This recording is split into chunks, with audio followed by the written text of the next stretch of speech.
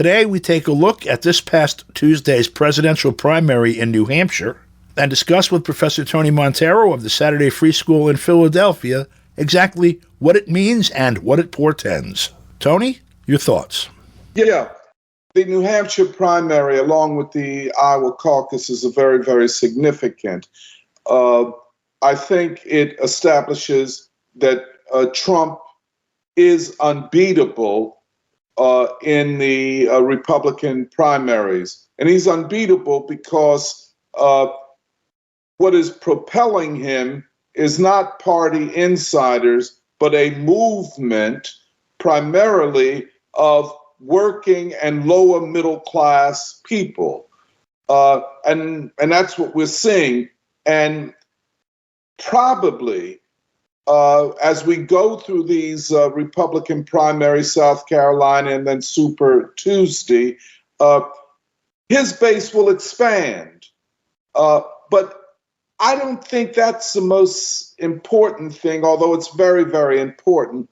I think what all of this demonstrates is that the center has collapsed. Now, they were trying to run Nikki Haley as the centrist candidate who could appeal to Democrats, independents, and Republicans. Well, she doesn't appeal to what is the Republican Party, the Trump Party, right now. She only got 25% of them. And what she got were mainly voters from who were independents and Democrats who declared themselves independent in order to vote for her. But I think in the most profound sense, and the ruling elite are reflecting this in their commentary, is that with the collapse of the center, the question is the country governable in the old way? And what they are looking at is the worst of all worlds for them, that is, Trump being re-elected and a re-election that is not predicated upon party insiders, but based upon a movement outside of the framework of party politics in presidential years. I think this is highly significant and reflective of the beginnings of a vast and profound political realignment in the country. A Trump victory, and I think the polling numbers are pointing this out. Let me just say about the polling numbers, about the national polls vis-a-vis Trump and Biden. What these polling numbers show is that Biden and the Democrats are bleeding voters, especially young voters, Black voters, and Spanish-speaking voters, Hispanic voters. And a big part of these formerly Democratic voters are going to Trump. Not so much to the Republican Party, but to Trump. So you get one coalition, the Trump coalition, which is growing and expanding, and the Biden or Democratic Party coalition, which is narrowing or losing voters. And you don't need to go very far beyond your local elections, be they in Philadelphia, be they in Chicago, be they New York or other places, to realize that the traditional Democratic coalition, and I shouldn't say traditional, because the Democratic coalition that we're now looking at is the result of the Bill Clinton years of refashioning the Democratic Party, this neoliberal, neocon party, which comes to the voters with a identity politics message, a message of symbols rather than of substance, that party is about to come to an end.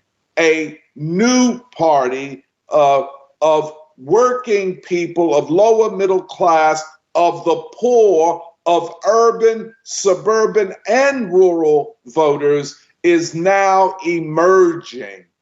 This frightens the ruling elite to death because they cannot govern as they have governed. The governing of the country will be different. Now, we're in a transition. A lot of people want people like you and I, Don, to answer every question about what the future will look like. Well, we don't quite know. We don't quite know. We're in an emerging and dynamic situation, a transition from an old form of rule and governing to something new. The people, however, are determining events. Trump is absolutely right when he acknowledges that he is but a representative of events and forces that are far deeper and more powerful than he is. But more than that, and I think he understands this, that when you look at the dynamic between political parties, especially old, tired, and frankly useless political parties, and people's movements, the determination of events is with people's movements. So in this very interesting way, the people are determining the future, which means that when we see all of these Republican politicians like Marco Rubio or Tim Scott or Ron DeSantis or whoever else getting on board with Trump, it is more or less they're kind of saving their own political careers and getting on board what they know is a people's movement. On the side of Biden, they can't say there is no dynamism. There is no excitement. There is no urgency in the Democratic Party coalition. In fact, it is the opposite.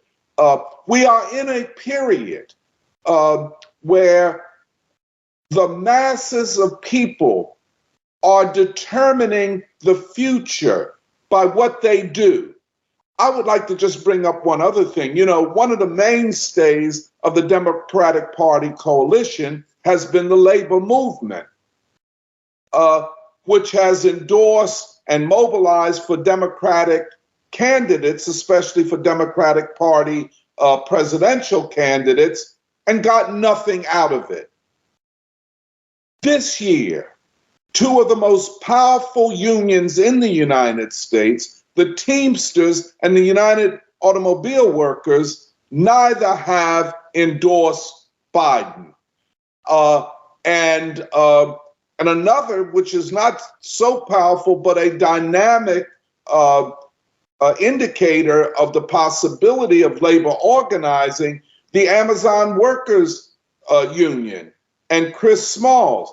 He and they have not come out for Biden. In fact, Chris Smalls, who is the head of that union, that organizing drive, has said, been very critical of Biden.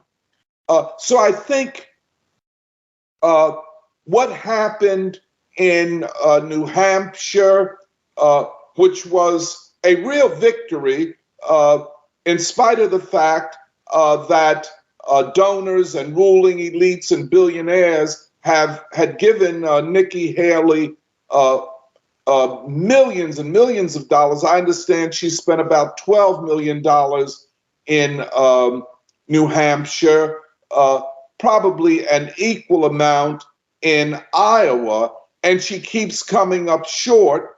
And New Hampshire was a primary that was fit for her. I mean, it was designed for people like her, and she could not pull it off. Thank you, Tony, for your time and expertise. Yeah, thank you. Thank you very much, Don. For KPFK, I'm Don DeBar.